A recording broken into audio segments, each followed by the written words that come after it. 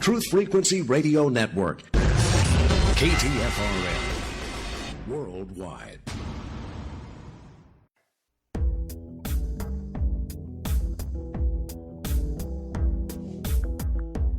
Hola, this is Sienna Lea, inviting you to join me tonight as we navigate through the seen and the unseen, explore external and internal realities, expose on-world and off-world agendas, discover a path to joy and freedom. Now, join me as we illuminate the Shadowland and reclaim our birthright as free and sovereign beings.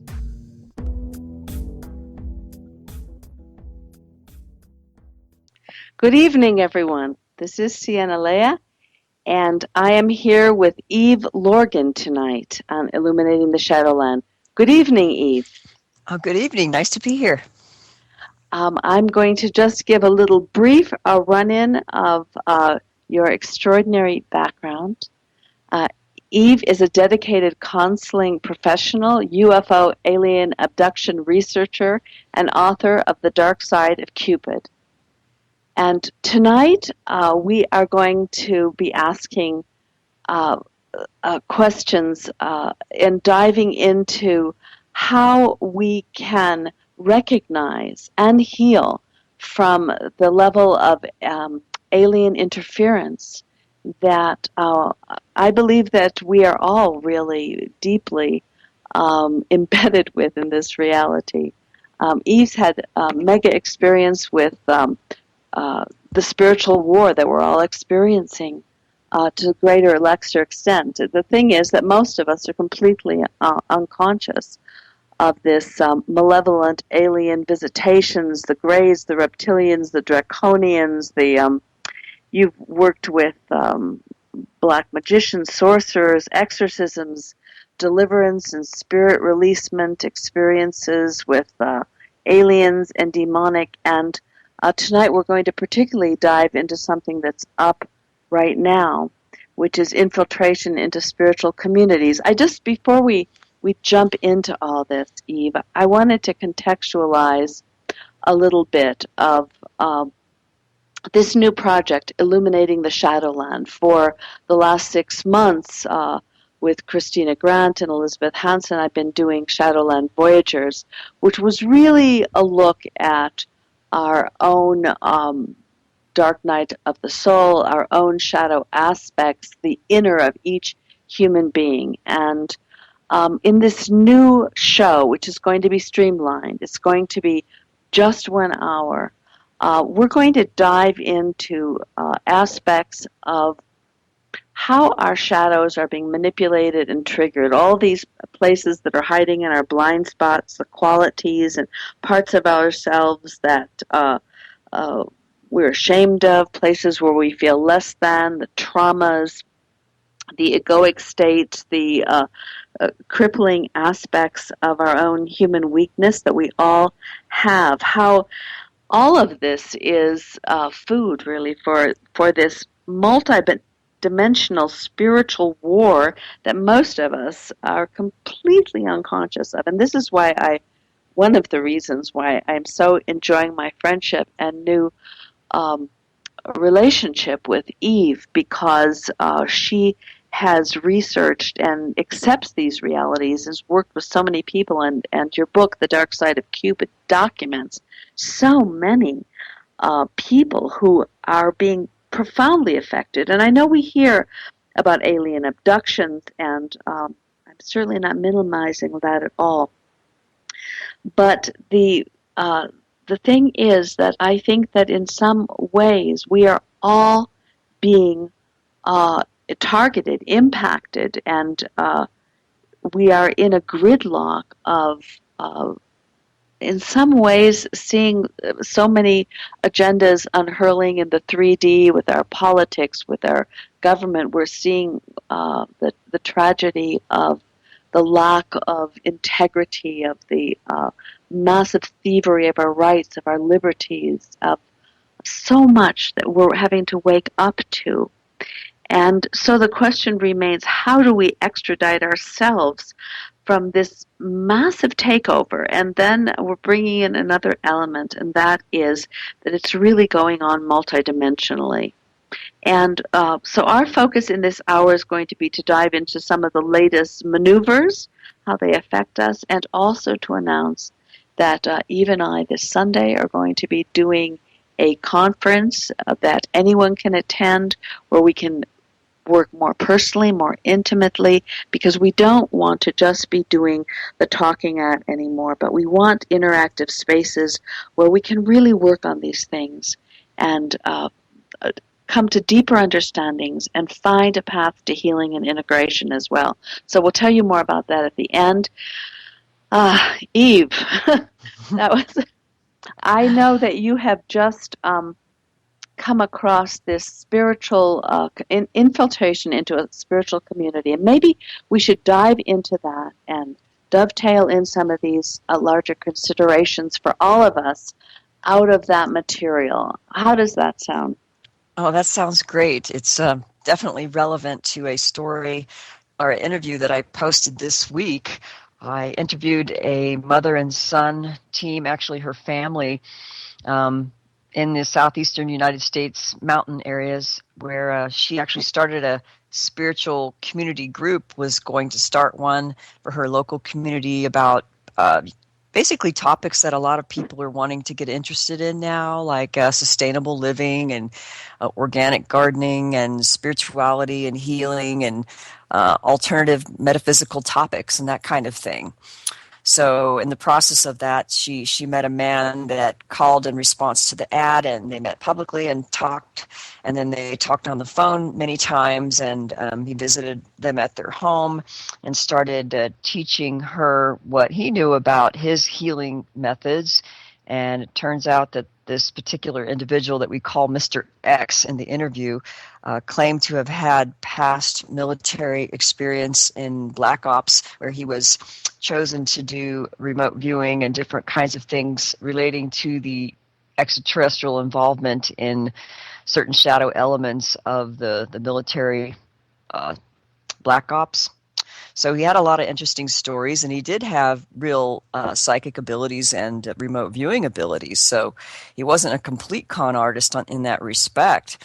But as the story unfolded, and in time, they started to see what I call the red flags of someone who was actually taken over by, I would say, questionable entities masquerading as what they call ET walk-ins, or extraterrestrial other dimensional entities. So this man claimed to have 4 different ET walk-ins.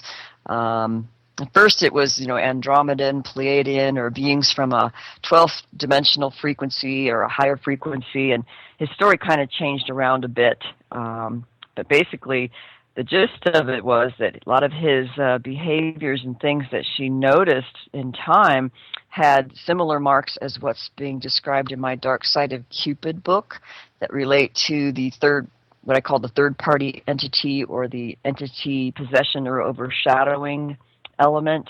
Maybe you could explain that a little bit to our audience. Oh, okay.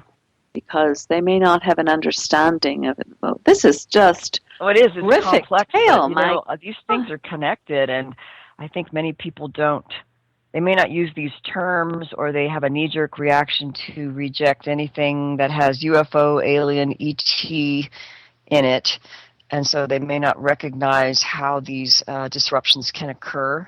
So, I do want to break that down a little bit. How do they occur? And because this is a horrific thing. They're going right into spiritual communities where the most seer seekers who are trying to create a new paradigm are just sitting ducks for such a complex maneuver. Anyway, let me be quiet and let you continue. Yeah, and in fact, actually, many years ago, I think it was around 2004 or 5, James Bartley, my colleague, and myself co-authored an article called Unmasking the Disruptors. And in the first part of that article, James Bartley talks about the parallels of the intelligence community and counterintelligence in, World War II, and what's happening today in our intelligence communities and what they do to infiltrate, let's say, a certain group that they want to disrupt or get control over. Mm-hmm. And so really there's a lot of parallels between what's happening on surface level military operations and the intelligence and counterintelligence modes of behavior, and what's happening on other dimensional realities, on how this really takes place in other frequencies or other dimensional realities. And so we actually saw this years ago within the UFO alien conspiracy circles, where certain individuals were being targeted for disruption. And oftentimes they were actually not, really public people. They were private individuals, but they were awakening, or they may have had stories that someone considered too sensitive to reveal, such as MILABs and MILAB abductees who had a lot of inside information in their personal experiences relating to black projects and, the dark side of the alien angle and the military angle involvement with it and the government involvement. But isn't it also true, Eve, that just average, like people who, like you and me, for example, that may step up and share their voice, their wisdom, their understanding of how these dark ones are attaching to us and create waves of freedom, or anybody who will bring some light and understanding and integration, because the ETs, from what I understand, they can time travel. So they can see us in the future and they can maneuver us in the past. And since we are all a feeding source for them, that whenever we move our authentic beings back into when we reclaim our sovereignty, when we take the steps to our freedom and we lift our frequency, we are no longer their food source. And so I'm seeing this on a massive level for each person, that these attacks can happen when they're actually making steps and strides towards freedom. Yes, absolutely. Absolutely.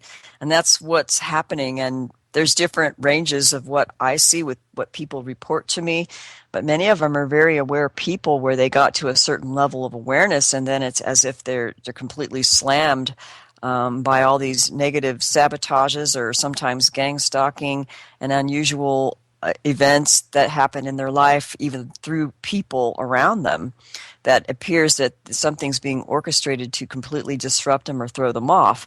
And of course, the love bite or disrupted or certain kinds of relationships are part of that, where they get set up with a targeted partner that is one of these kind of a disruptive person in their life that's controlled by these entities or acts as a host for these entities. And it's not in every single one of the cases, but this is just an example of how some of the disruption will manifest and why I wrote my book, so that people could recognize it when it's happening on these more subtle levels of unseen reality, but it's definitely noticeable and you could feel it and you could observe it if you know what to look for and how to protect against it.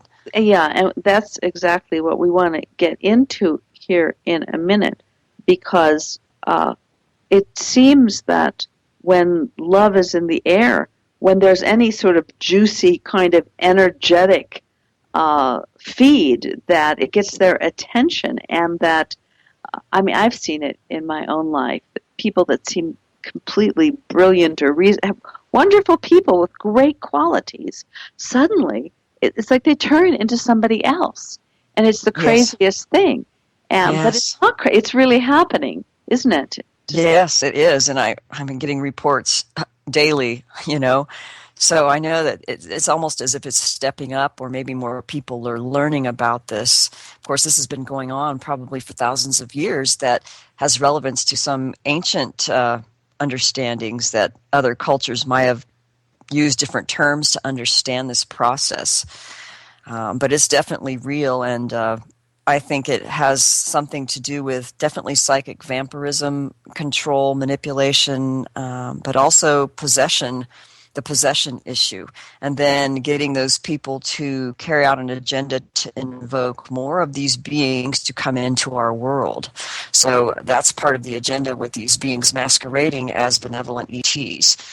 So that's and I what that apologize. concerns me. We're going Yeah. to probably get some breakup in the line, because when we start talking about this stuff, we get interference. But I want to hear more about that.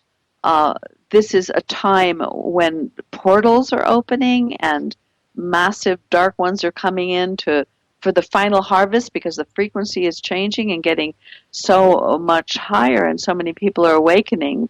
This is what I have come to understand. Is that your understanding, that there's some sort of Yes, I'm beginning to believe that there's more and more coming through certain wormholes or portals or doorways, but that at least in this particular case, the story, part of the agenda of the man who really, it was the ETs and the entities operating through him to carry out their agenda of bringing in more of their kin through not only below but above, and to have people take part in creating these grids on their property, and then using people literally as portals and their properties to bring in more of these entities that go along with some of the rituals that this man was doing alongside teaching these metaphysical principles.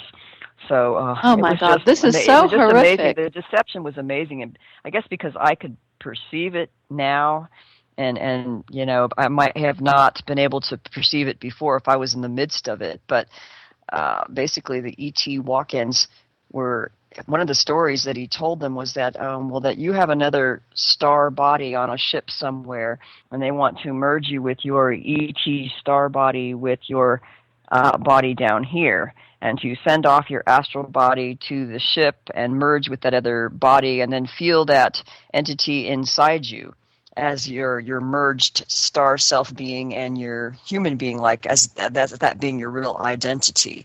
But as part of the story went on, what I thought was just almost hilarious if it wasn't serious, I guess the Mr. X, who was the man with all the entities, told David, the man, that to imagine this octopus-like thing inside him, that's what it might feel like or look like when this thing merges inside of him, this star body or this other star being. But really, it's like this vampire entity kind of thing going on. And it made the man sick, actually, when he was doing these exercises. So basically, he was trying to get these people hosted with these feeder entities that are living inside them, and then calling it an ET, and it's really some kind of demonic, vampire entity. And from what I understand, this kind of opportunity is going to be available more and more as the situation plays out here and things get more and more difficult, and people are looking for a way out, a way to ascend. There's so much talk about this. The whole Ascension thing was part of this too, that they were going to be picked up at a certain time, and a lot of this story actually happened before 2012, so a lot of the storyline was, they were going to get picked up on December such and such date, 2012, and they had to prepare for this ascension, and they had to prepare their bodies, and that some of these changes that would go through their bodies was this octopus kind of thing inside them. So I thought, well, wow, what a con job this is trying to get them ready for ascension, but what they're really trying to do is pull out their astral bodies and insert them with an entity. Yeah. That's just obscene beyond. Please, people, if you get offered these things, have a look at them. And they're going to be a lot on the table, from what I understand. In this coming few years, there are going to be a lot of things that look... I think more and more coming in. And sometimes I think even the CERN, this is one of the discussions that we had when I interviewed the people, that the CERN, which is the Hadron Collider, that there was some concern that they might be using that to create wormholes to bring in large numbers of entities that are, maybe there's some dark beings in control of these scientists and global elite who have an agenda. and then they want to bring in more and more of these beings. In fact, one of the stories that was told is that one of Mr. X's jobs for the Black Op military secret government was he would be called in to astrally project one of his entities into the body of a high-level Illuminati person at one of these meetings where the Rothschilds and all these like super high-level global elite would be, and that these entities actually control what's going on and how they carry out their agenda. And so that what Mr. X said was that the people who are involved in these secret societies at these high levels give their permission over for their bodies to be taken over by entities. It's part of their agreement, so that when, I guess, the agenda gets off a little bit and they want to reinsert a new agenda or a shift or a change, and then they send in their walk-in ET to go and astrally go right inside the body of someone. And it had to do with a technology that had to do with soul extraction process, so that there's a technology involved with literally being able to push out the soul of the person sitting in the meeting and insert the ET walk-in entity inside that body, and then talk with these high-level people to carry out an agenda or to change the plans. So that was one of his jobs. Yeah, and the thing is, and we don't bring up all of this just to terrify or horrify people. No, not at all. Because this is actually the world we live in, and sometimes we look at the incredible dehumanization and alienation and dissociation that we see in masses of people, and we don't understand the kind of cold-blooded cruelty, even of the 1% at the top. It's impossible for someone who still is connected to some extent with the human heart to understand this, and even to understand it as it exists in the other aspect of even ourselves internally. But when we look at the motivation for these alien forces, it's just a feeding ground, isn't it? I mean, they're completely other level of reality, and I really would like to dive into that. Like, where are they coming from to do such horrific things? Well, it's interesting because the man claimed that, he said, he was part Andromedan and Pleiadian from his family line, and that the first story was that there was a certain type of being like Pleiadians and another type of being, but more beings moved in and moved out the ones that originally came in, so that he claimed that they were 12th dimensional beings that were at a higher level of frequency reality. But he still had like a name of a planet as if they were ETs, but it's as if they function at a higher level. That's what they're saying, higher frequency that we can't perceive. So that's part of the con. Yeah, part of the con, but actually there are higher dimension. Well, I believe they're higher dimension, but not. That doesn't mean superior. There's still a whole level not at all. Of the battle of dark and light and predatory, horrific, vampiric races. And it doesn't mean that all the ET races are that, because they're not. There are other ones. But it's just disturbing, though, that the military, the secret government / military black ops, they're so heavily involved in this occult aspect of, walk-ins and entities going into somebody else's body. And they're doing advanced technology things that relate to black magic on a regular basis. So I just think it's disturbing that so many have been taken over. He talked about another colleague that he had that was a walk-in, like some Andromedan, but it made me question, what's really inside the bodies of these people, because they do have advanced information and technology, and that's why the military have interest in them, because they have abilities and knowledge that they wouldn't be able to get from somebody else who didn't have these entities.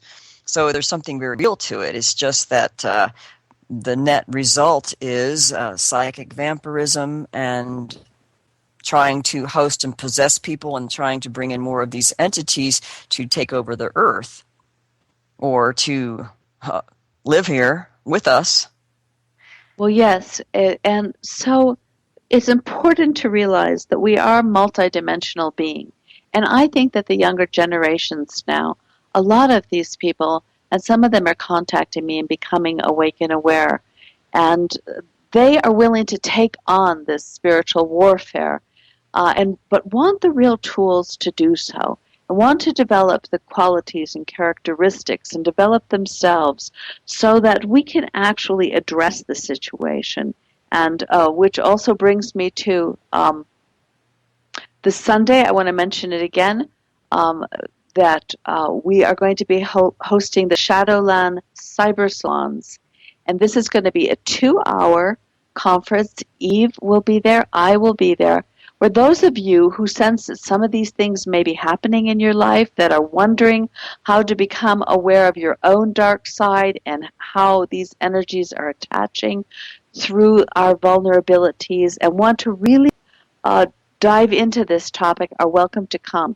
You just simply need to go to shadowlandforum.com and go to the thread of the Shadowland Cyber Salon. It will give you how to access this.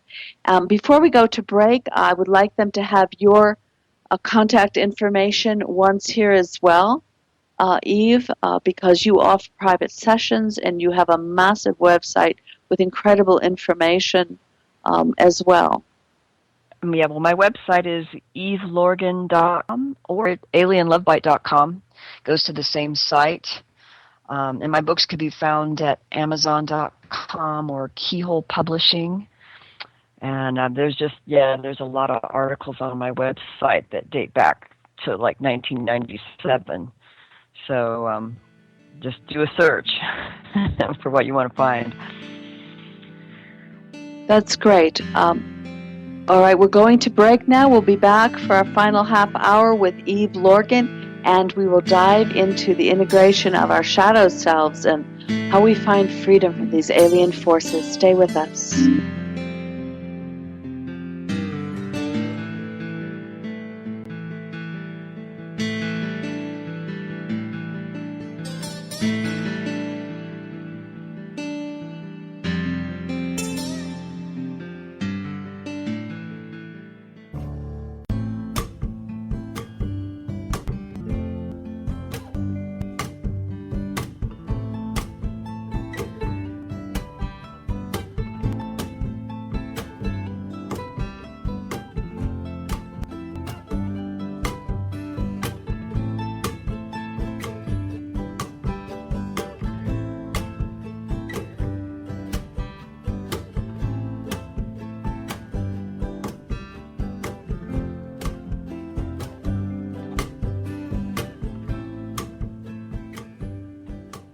Welcome back, everyone. This is Sienna Lea.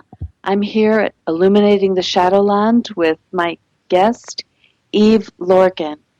And we're talking about alien interference and the shadow aspects of our own selves that are vulnerable to this kind of intrusion. You know, sometimes I'm thinking, I live in Ecuador, I'm thinking about, sometimes I throw out a whole bunch of bananas, and I watch just all of the critters and the insects just go at and completely where the thing is rotting and just break it down and destroy it and suck on it. And I think in some ways that we are in this incredible time where whatever aspects of ourselves are not of our highest integrity and serving the whole and concerned with bringing love and compassion and real emotional intelligence to each moment and to solutions for the world, where we're not holding that love vibration of our authentic heart space, that we get fed upon by everything that's out and everything that's been compromised. Does that make any sense? Totally. I mean, I agree completely with the need for emotional intelligence and standing in your true nature and really in your heart, because if you don't, then that makes you vulnerable. And I think vulnerability is unhealed wounds and things that we're not aware of in our own, not only within our own intrapsychic, emotional process, but also in relationships. And that awareness and connectedness has to take place to heal the wounds and also deal with the shadows that are popping up all over the place as these entities. sometimes I think that the whole entity attachment thing is a disease manifestation of a severe disconnect with the divine feminine that's going on this planet. That we have a weakened spiritual and emotional heart immune system on this planet because of the lies and the ideologies which are false, has caused this disease to happen. And so we are being infested right now with a lot of this darkness, unless, of course, we can turn it around by becoming aware and living from our authentic self, like you said. And that's a lot of actually what I'm working on with people, is learning how to seal those windows of vulnerability and work from the heart and heal those wounds of the heart and the soul, and really becoming aware of what that whole process is. Because many people are not aware of that process at all. It's uncharted territory for many people. Completely uncharted territory. The whole return of the feminine is a fairly recent event. The feminine, as we know, has been demonized, has been cast out. There was a 1,000-year Holocaust against the feminine. We had Max Deschaux on the Shadowland Voyagers. That's on the YouTube. Incredible history of what we've been through, so that we've had so much systematic programming to make us terrified of ourselves, of our real energy, of our vulnerability, of our feelings, of our sexuality, of our sensuality, of our ability to be intimate. And so these forces they get so much stronger, and then are feeding us all of this artificial intelligence and this synthetic construct that is everywhere. Not to say that the media and all of our toys and iPods and Nintendo games and massive things that are connecting us as we are right now using all of this. So there's of course a great blessing attached with it, but we are so wounded at this point and feeling so badly about ourselves in core ways that we're completely dissociated from, that we prefer not having intimacy. This makes it so easy, doesn't it? You can't see me. I'm talking into an electronic device, and I could be somebody completely different than this. You would have no idea. It happens over and over again. It's gotten into the social programming, the cultural program, the school, our parenting, every aspect, the dehumanization, and there is only one fix, and that is to return to our humanity. But that's a process, isn't it, really? It's big process, and it's about becoming aware of how we've fallen away from the divine, like the alignment with the divine and the connection. And it's kind of scary because we've become so disconnected. We don't realize how disconnected we are until we start connecting.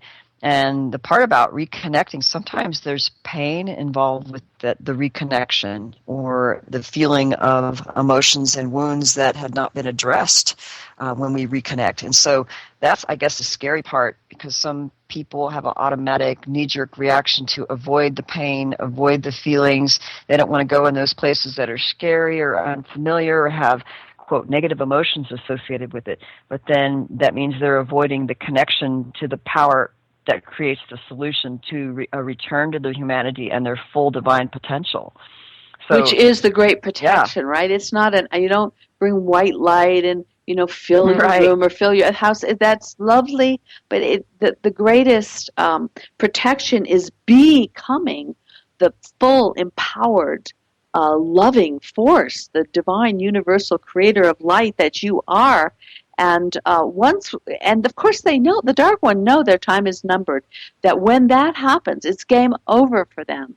They cannot really affect you, which is the funny thing, is it's like the Emperor, it's like those fairy tales, the Emperor with no clothes and the Wizard of Oz with the guy behind the curtain. It all seems so horrific, and it seems so hopeless and overwhelming, but we are in a new energy, this energy from the galactic core, the Sophia's correction. There has to be a change, because 10, 15 years ago we wouldn't be able to talk about this. We'd be attacked severely. It's amazing we could even talk about it now. Actually. I know. I But I've know. known there has been a big change. It's like a window has been opened up for more truth to be spoken. And hopefully it'll continue to be that way until we recognize it for what it is and don't react to it in ways that will, cause them to want to feed on more fear. We have to learn how to react differently, too. Yeah, fear is the huge one, isn't it? Yeah. Yeah, the fear. We're so frightened, and then we create all these structures, all these beliefs, all these mechanisms. We cling on to the darkness. We cling on to the aliens. We cling on to the dark ones because when they enter and we cord with them. It's like a drug, from my experience working with people and myself, and it's an anesthesia. And Yes. yes, it is. And then, but when we cord with them, a part of them is living in us as us. I mean, I know there are lots of different maneuvers. There's so many. But when we give over, when they feed on our soul force, when we allow them to do that, and they take us over, then we become agents, actually, of destruction. Absolutely. And Yes. yeah.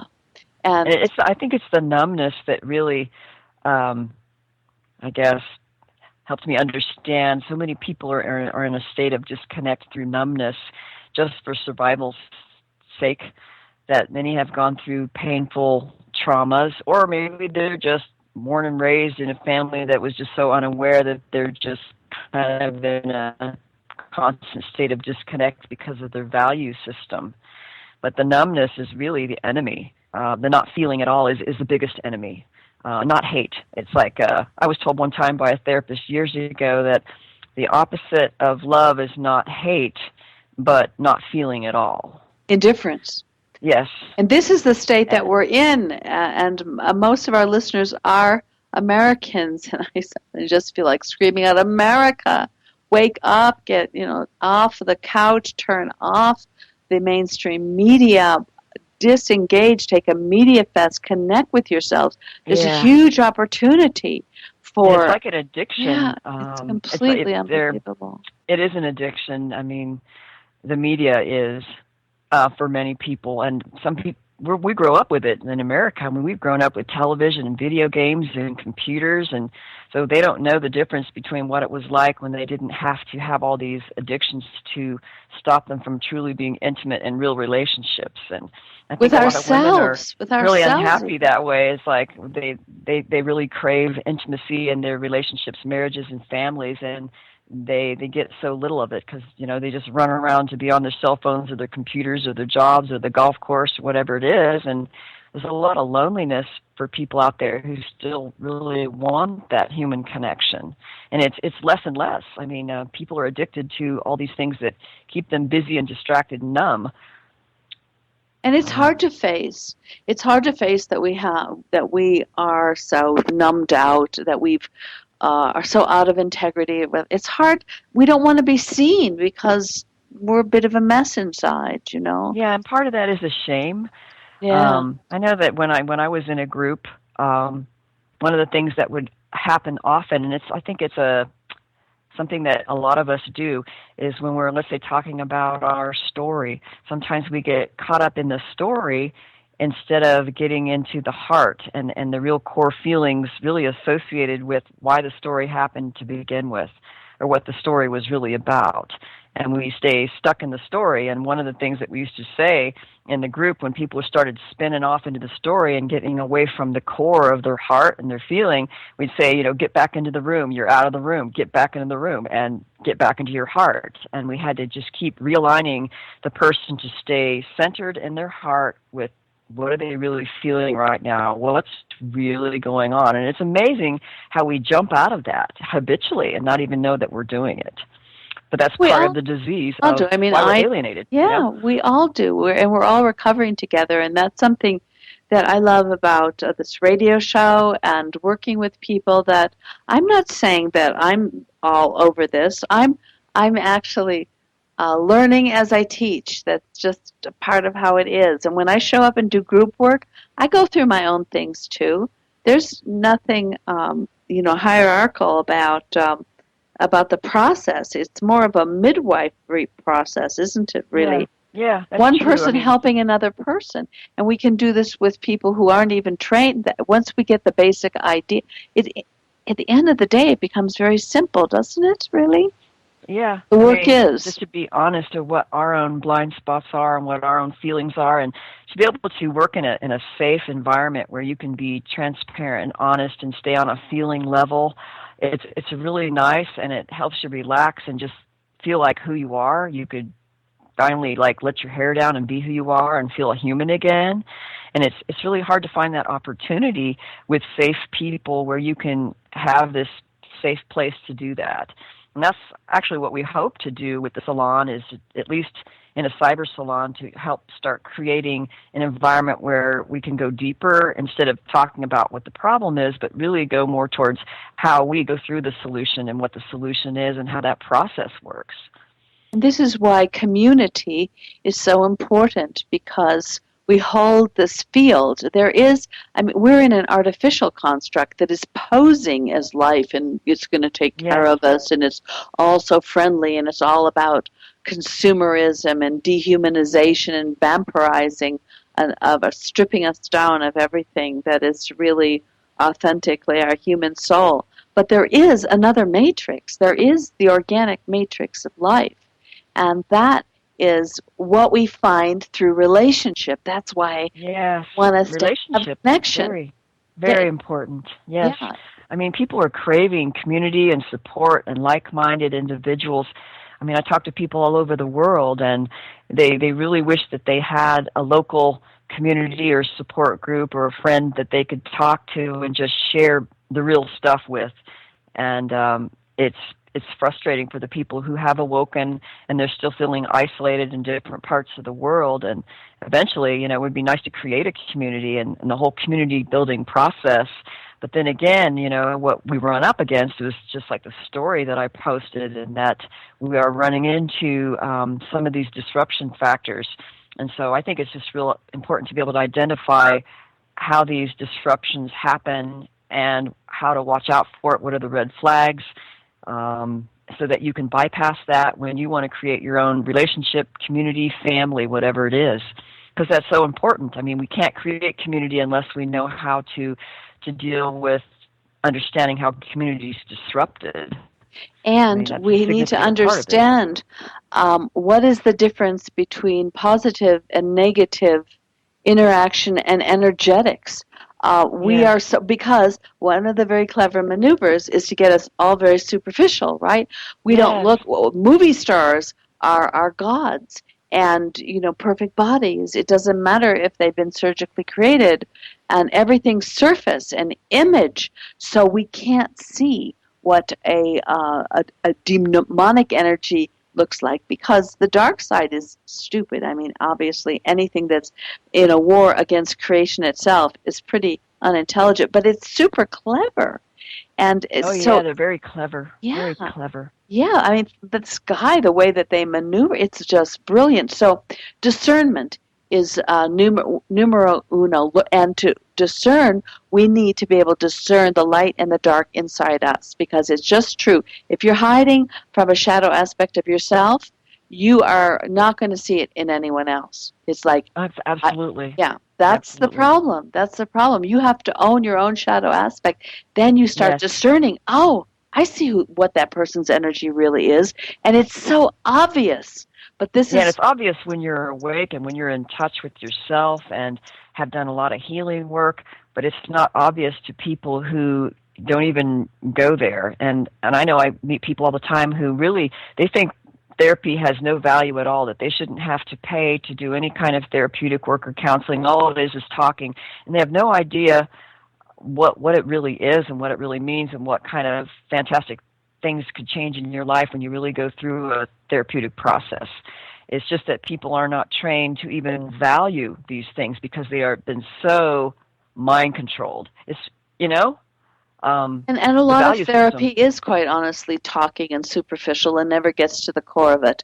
But I feel that a process like the one that we're going to do at the Shadowland Cyber Salon this Sunday, please go to Shadowland Forum to the thread Shadowland Cyber Salon, and it will give you the way to get into there.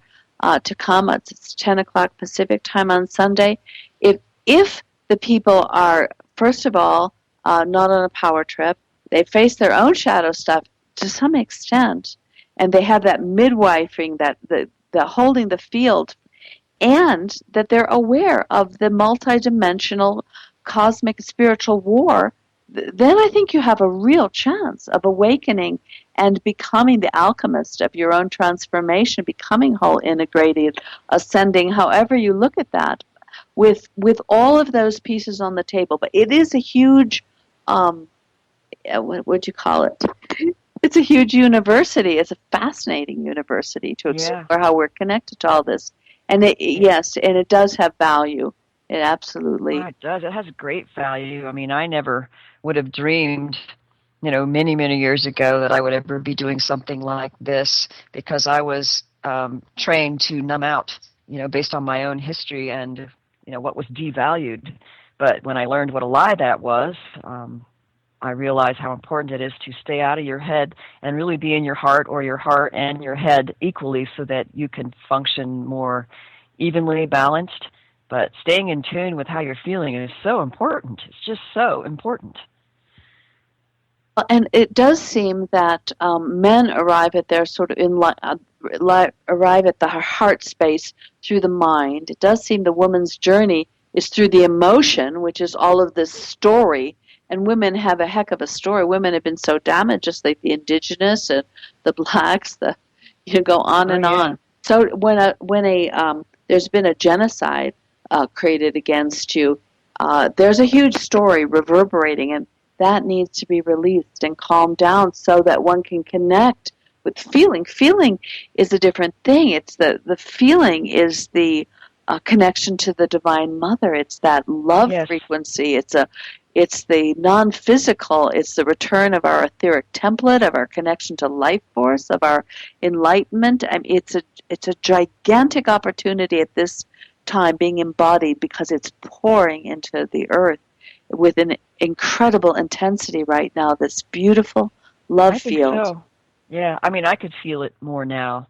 So I know something must be happening. It's sometimes I just feel all this bliss just coming from, I don't know where, but it's wonderful. It's something's coming in and something's breaking through.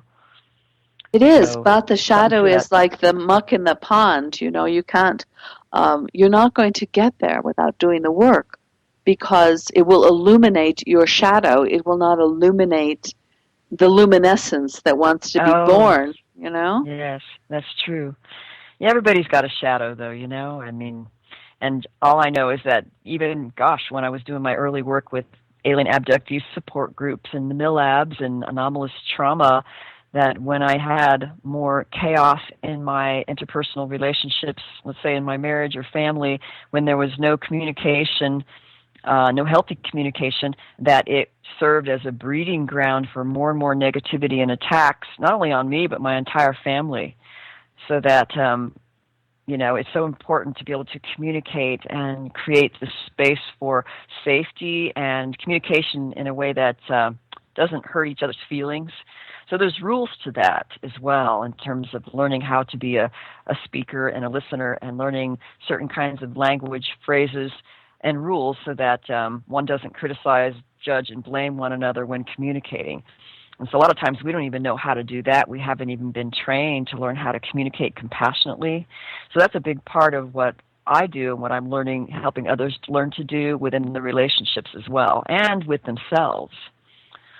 So that's an important part. That's the thing. We have this inner super ego, this inner fascist, The Illuminati lives in us, as us, dictating, judging, putting down, pushing, being heartlessly cruel, egoic. I mean, these are all what was conditioned inside of us to be successful, to compete with each other, to put one yes, all of that. Yeah. Rather than a beautiful, compassionate, divine mother voice that can accept and can be a Kali too, and can be strict and tough, but does it from a place, a completely different place. Self-love is a huge, different way of going through one's life. than the way that we've been programmed Yeah. ourselves. And A lot of another, women, it's another especially. learning. Yeah. It's a wonderful learning curve. Um, I mean, I'm still have heaps to do on that. It's like being in a different world to be able to live in that way and create it, generate it out of yourself. Because at the end of that day, Yeah. you don't need anybody. And when you don't need anybody, and you don't need anybody to be in this mood or give you that, or then it's a different possibility entirely, the way that you create your life. Yeah. And it takes time to learn that. Although, I mean, most people, we need each other in terms of interdependence and support. I think that's important in terms of community and family and relationship. But you do have to heal your own wounds before you could really, truly connect more healthy with others. And that's a very important part. It can't be denied. Well, this fellow that's coming into spiritual communities and telling them that they need all this apparatus installed in them. We don't need any apparatus. Isn't that amazing? Yeah, I know. When you think about it, it's like, wow, what a con. You need all this metaphysical hoochie-coo, to, be cool or spiritually evolved. And in reality, it's just an extra window dressing that is a con. We really don't need all that. We just need to connect with one another in honesty, and it's pretty simple. And it's hard to do what's simple sometimes, I guess, because people feel like they have to hide because there's a lot of unhealed wounds and trauma. I mean, like the man who's Mr. X, he did have an early trauma as a child, and that was never healed, and so that was taken advantage of by his military handlers and maybe his own ego to a certain extent to be able to be taken over by these walk-in entities. So unhealed wounds, if you can't feel safe enough to heal, that's a vulnerability. So we need to create that environment for others and have that be valued, and so that I guess people can learn what the value of that even is. Absolutely. Yeah, it is. It's a brave new. It's a different world that we create out of ourselves now, and many of us are waking up to those elements. We just need not to be naive, because we are children in a new world. We're emerging. We want to live from our heart, but we don't know what this is. So just discernment and discrimination is going to be so important. And please don't just believe the things that are brought to you if they're outsourcing your energy or believing in authority outside yourself that's going to bring you ascension. We just have about a minute left, Eve. So maybe, really? Okay. So I could go on, but I'll wait till Sunday. It was about belief and what we really want to believe in order to really want to have a positive experience.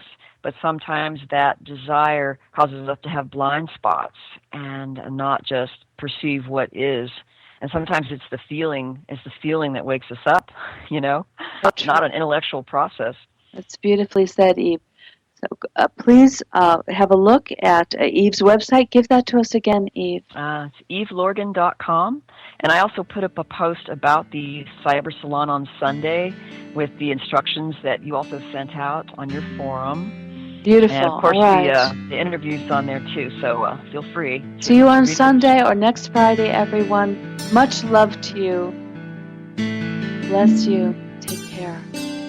Good night.